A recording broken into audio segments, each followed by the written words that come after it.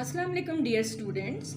Today we are starting the reading of Unit 3 My Early Home.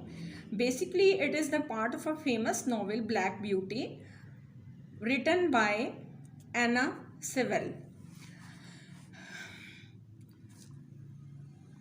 She was a writer. Now you will ask why she wrote a novel about horses. तो बेटा इसके लिए मैं आपको एना सेवल की थोड़ी सी life history बताती हूँ जिससे आप इजीली अंडरस्टैंड कर लोगे कि आखिर इसने हॉर्सेस ही के बारे में क्यों लिखा। एना सेवल 18th सेंचुरी में इंग्लैंड में पैदा हुई। ये वो दौर था जब गाड़ियों का इस्तेमाल बहुत कम था और ख़ास तौर पर इंग्लैंड में सवारी के लिए घोड़े, गिग या बग्गी वगैरह का यूज़ होता था। बचपन के एक एक्सीडेंट में एना सेवल के दोनों जो एंकल्स थे वो डैमेज हो गए थे, चुनाचे वो पैदल नहीं चल सकती थी और सिर्फ तांगे या बग्गी वगैरह पर ही सफ़र करती थी। उसने अपनी तमाम ज़िंदगी घोड़ों को बहुत करीब से देखा, उनकी हरकत को नोट किया, यहाँ तक कि इनकी फीलिंग्स को समझा और फिर 1876 में इसने ब्लैक ब्यूटी के नाम से अपना मशहूर नावल लिखा जो एक ब्लैक हॉर्स की ज़िंदगी की कहानी है। But interesting thing is that कि ये घोड़ा अपनी ज़िंदगी की कहानी खुद सुना रहा है। ठीक है बेटा, किसी इंसान या जानवर का अपनी ज़िंदगी की कहानी खुद सुनाना इंग्लिश में ऑटोबायोग्राफी कहलाता है। As you can see at the screen, autobiography दरअसल अपनी ज़िंदगी की कहानी होती है जिसे आप खुद लिखते हैं। Okay, got it? Now we start the reading of Unit 3, My Early Home. Open your book at page number 26. Put your finger on the book and write 5 times reading. The first place I can well remember was a large pleasant meadow with a pond of clear water in it. पहली जगह जो मुझे अच्छी तरह से याद है वो एक खुशगवार सी चरागाह थी जिसमें पानी का एक तालाब भी था। Some shady trees leaned over it, और कुछ सायादार दरख्त इसके ऊपर झुके हुए थे। And rushes and water lilies grew at the deep end. Deep end का बेटा मतलब है गहरा किनारा, और इसके गहरे किनारे पर कमल के फूल भी खिले हुए थे। Over the hedge on one side we looked into a ploughed field.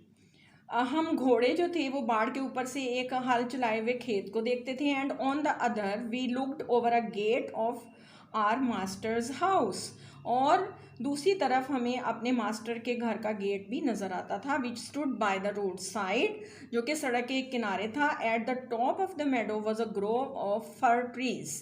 बेटा फर ट्रीज होते हैं सरू के दरख्त, ठीक है, और मेडो के ऊपर जो था वो सरू के दरख्तों का एक झुंड था। And at the bottom a running brook, running mean बहती हुई, और उसके नीचे वाली साइड पे एक पानी की बहती हुई नदी थी। Overhung by a steep bank, जिसका किनारा बड़ा अमूदी था। बेटा जितने भी वर्ड अंडरलाइन किए हैं आपने इन सब के उर्दू मीनिंग लिखने हैं। Next paragraph.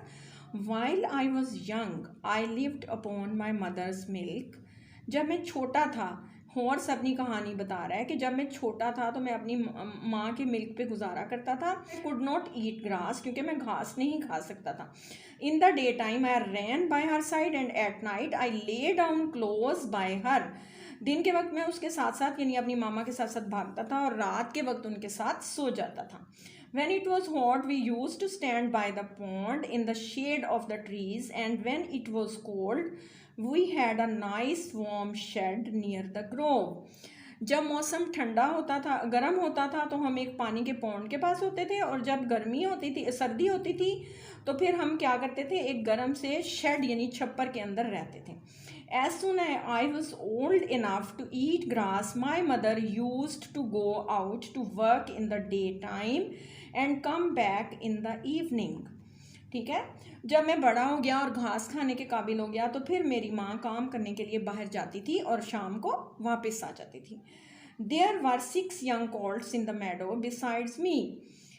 उस चरागाह में मेरे अलावा 6 बछेरे यानी घोड़े के बच्चे और भी थे। They were older than I was. वो सब मुझसे बड़े थे। Some were nearly as large as grown up horses. और कुछ बिल्कुल बड़े घोड़ों जैसे थे। I used to run with them.